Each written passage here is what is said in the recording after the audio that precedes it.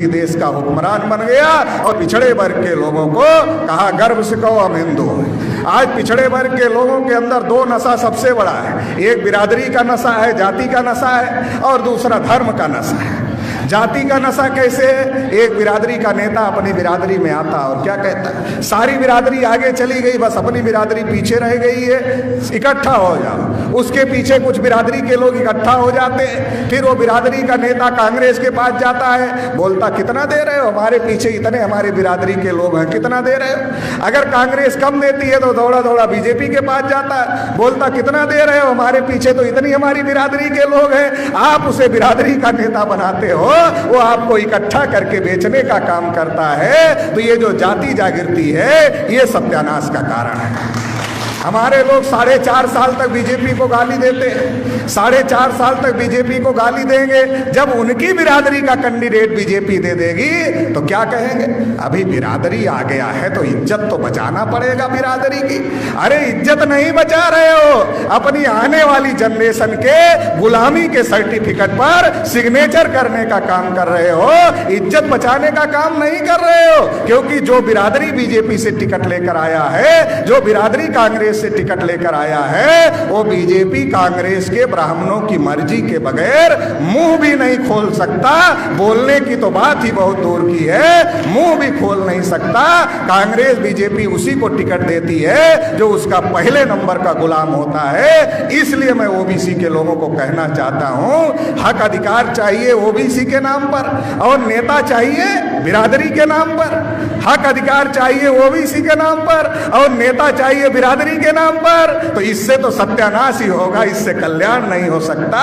अगर हक अधिकार ओबीसी के नाम पर मिला है तो नेता भी ओबीसी के हक अधिकार की लड़ाई लड़ने वाला चुनना पड़ेगा, बनाना पड़ेगा, तो ओबीसी का कल्याण हो सकता है। दूसरा, ओबीसी के अंदर ब्राह्मण आते हैं, कहते हैं गर्व से कहो हम हिंदू हैं। हमारे लोगों का भी सीना चौड़ा हो जाता है, हम हिंदू हैं। क्यों चौड़ा हो जाता? क्योंकि पता ही नहीं हिंदू का मतलब क्या होता है, हिंदू का अर्थ क्या होता है, ये पता ही नहीं है। जिन ब्राह्मणों ने हमको कभी शूद्र कहा, वही ब्राह्मण आज हमें हिंदू कह रहे हैं। शूद्र का मतलब होता है गुलाम, और ये जो हिंदू है, हिंदू हिंदी भाषा का शब्द नहीं, हिंदू संस्कृत भाषा का शब्द नहीं है, रामायण महाभारत गीता में हिंदू नहीं है, वेद पुराण में हिंदू नहीं है, श्रुति स्मृति में कहीं हिंदू नहीं लिखा है। ये हिंदू पर्शियन भाषा का शब्द है, जिसका अर्थ होता है हारा हुआ, नीच, कायर, काला, चोर, गुलाम, ये इसका अर्थ होता है। मतलब जब वो हमें शूद्र कह रहे थे, जब वो हमें शूद्र कह रहे थे तो गुलाम कह रहे थे, जब वो हमें हिंदू कह रहे हैं तो गुलाम कह रहे हैं। शब्द में कोई शब्द में अंतर हो गया, अर्थ में कोई अंतर नहीं हुआ। ये शब्द में अंतर क्यों किया? क्योंकि ब्राह्मण को पता है आज लोकतंत्र है, ओबीसी का वोट लेना है। अगर किसी ओबीसी के आदमी को शूद्र कहेंगे तो लाठी निकालेगा, हड्डी पसली तोड़ेगा, ब्राह्मण के हाथ में दे देगा।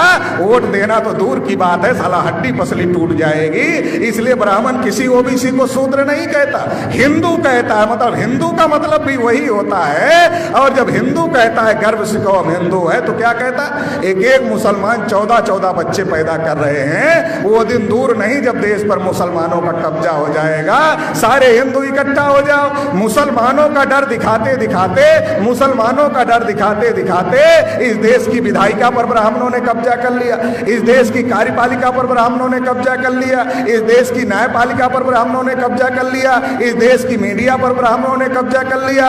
शेड्यूल कास्ट का कोटा पूरा नहीं हुआ, शेड्यूल ट्राइब का कोटा पूरा नहीं हुआ, ओबीसी को इस देश में कुछ नहीं मिला।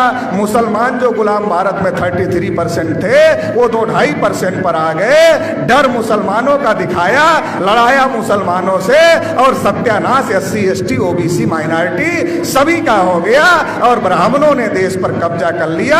इसलिए मैं कहता हूं कि इस देश के अंदर अगर किसी का कोटा पूरा नहीं हुआ और सबका हिस्सा ब्राह्मणों ने खाया, इसलिए हमारे लोगों को एक बात पता है कि सबका मालिक एक है, मगर ये भी पता करने की जरूरत है कि सबका दुश्मन भी एक है, और जिसने हम सबका हिस्सा खाया वो सबका दुश्मन है। उस दुश्मन से अकेले अकेले अकेले नहीं लड़ा जा सकता।